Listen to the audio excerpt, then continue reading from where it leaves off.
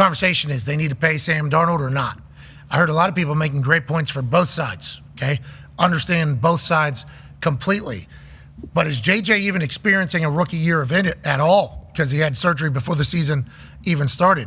So is he in the meetings? Does he understand how those things go? Is he in the building? Is he in team meetings? Does he know the week structure, how to do your work, when to do film study, what to do film study on, how to do film study, when to do, like all that stuff that you learn in the building your rookie year. So even if on the field it's not great, at least in the building and professional lifestyle, you can kind of develop. I wonder if that's happening with JJ. If it's not happening with JJ, I think you need a veteran QB again for JJ.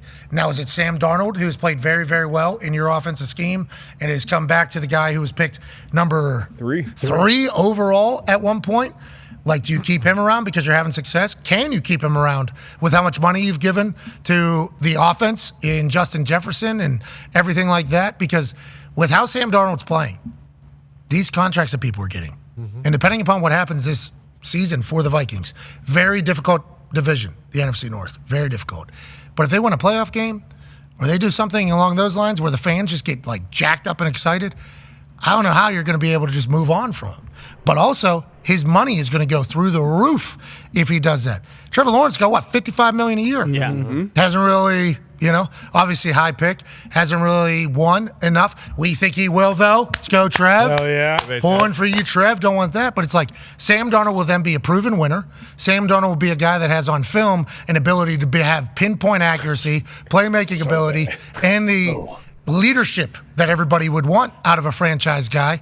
There's going to be somebody that wants to pay him a shit ton of money. Yeah. And are the Vikings even able to afford that? I'm not 100% sure. Well, we talked about this a little bit before the show, too. Like, I'm not so sure that Kevin O'Connell can't have, like, Dan Jones can't have the best year of his career next year. And we're doing the exact same thing with Daniel Jones at this time next year. It's like, look at this reclamation project. This guy got paid all this money. He stunk, but now he goes to Minnesota. They have two great wide receivers, a good tight end.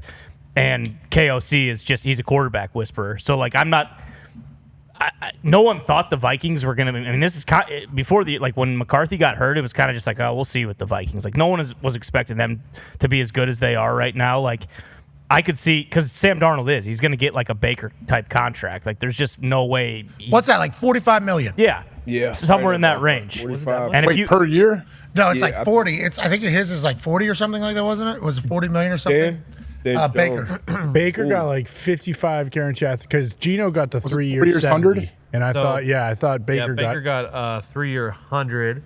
What year did he get that? Just now, this past offseason, right? going into this 50 guaranteed. So what was it basically like 2 year 20? They're not going to pay Sam that. The Vikings aren't going to pay Sam. That's what I mean. So, but if he, so 35 million is 30 million is what we're thinking about? Because everything goes up each year. But like Sheffy said, though, maybe he just goes and somebody in the market will pay him that. If he continues to play like this, especially if he goes on to have any type of playoff success. And then for the Vikings, it's going to be a risk because, we know J.J. McCarthy is talented, but we talk about all the time how it's a crapshoot in the draft. Like, you draft 5-6 quarterbacks, 2 of them are probably going to be good, the rest are probably going to stink. So you're definitely taking that risk. Let's say they go, 13-4 or something, and you move on to start it all over. And KOC has been phenomenal. He's been great with every quarterback that's been in there. But Sam was, he was drafted high because of all the traits that he had.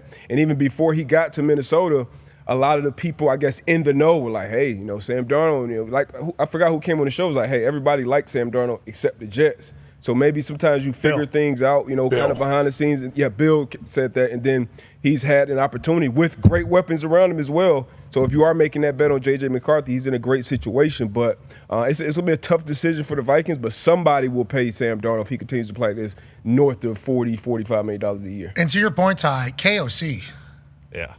Like, I could see Daniel Jones having maybe not quite the same. See, I think Daniel Jones, Sam Darnold, vastly different. Remember, we talked to KOC down at the league meetings, and we said, what are you looking for in a quarterback? He said accuracy. That's all he wants. Sam Darnold, I think, has been known to spin the bill. Like, that is, that's like arm talent. Arm talent has been like his thing. So if J.J. McCarthy, has the same traits in KOC's eyes, I assume he's like, hey, I could do this with whomever. But KOC might be too good of an offensive play caller because now he's going to lose He just made Sam Darnold so much money. For sure. Which is a good problem to have. Yeah. And they got a team, that defense. So good. Everybody's talking about Kirk Cousins having two picks or whatever, and having 8 picks over the last 4 games, 0 touchdowns. I understand he had that 4 interception game too, so it's been bad. But like the Vikings defense, very good. I think everybody agrees with that. Everybody agrees with defense. D-Bud has a question for you. Yeah, you put out a big tweet talking about Sam Darnold, I guess, and the lack of communication between Sam Darnold and the Vikings with a contract going forward. Obviously, they're 11-2 right now. You have that Michigan man in waiting, rehabbing right now. Anything else on this Darnold Vikings talk? Well, again, I think the only reason to do that yesterday was the fact that Kirk Cousins was in town and a lot of people talking about the Vikings quarterback situation from last year, what the Falcons are going to do with Kirk Cousins this year. And so just thought it was relevant that the two sides just haven't had any conversations. I don't think that's overly surprising right now at all. I think the season plays out. They obviously have J.J. McCarthy. He's the only quarterback under contract in Minnesota. And Sam Darnold is going to be a situation, whether they've had any contract talks or not, where he's going to be the top free agent quarterback out there, and he's going to get to see what his value is, whether there's a team out there that wants to give him a Baker Mayfield, Daniel Jones type of contract, and he can get that. Assuming he can get that, he goes and takes that contract and the starting job somewhere. If not, then it becomes interesting, like, okay, is it worth going back to Minnesota then on a shorter deal for less money than I would think that he's hoping to get? But I mean, that's been a great marriage so far. The guy is thriving. He's crushing it there in Minnesota. He's playing incredibly well under Kevin O'Connell. It's been a great marriage.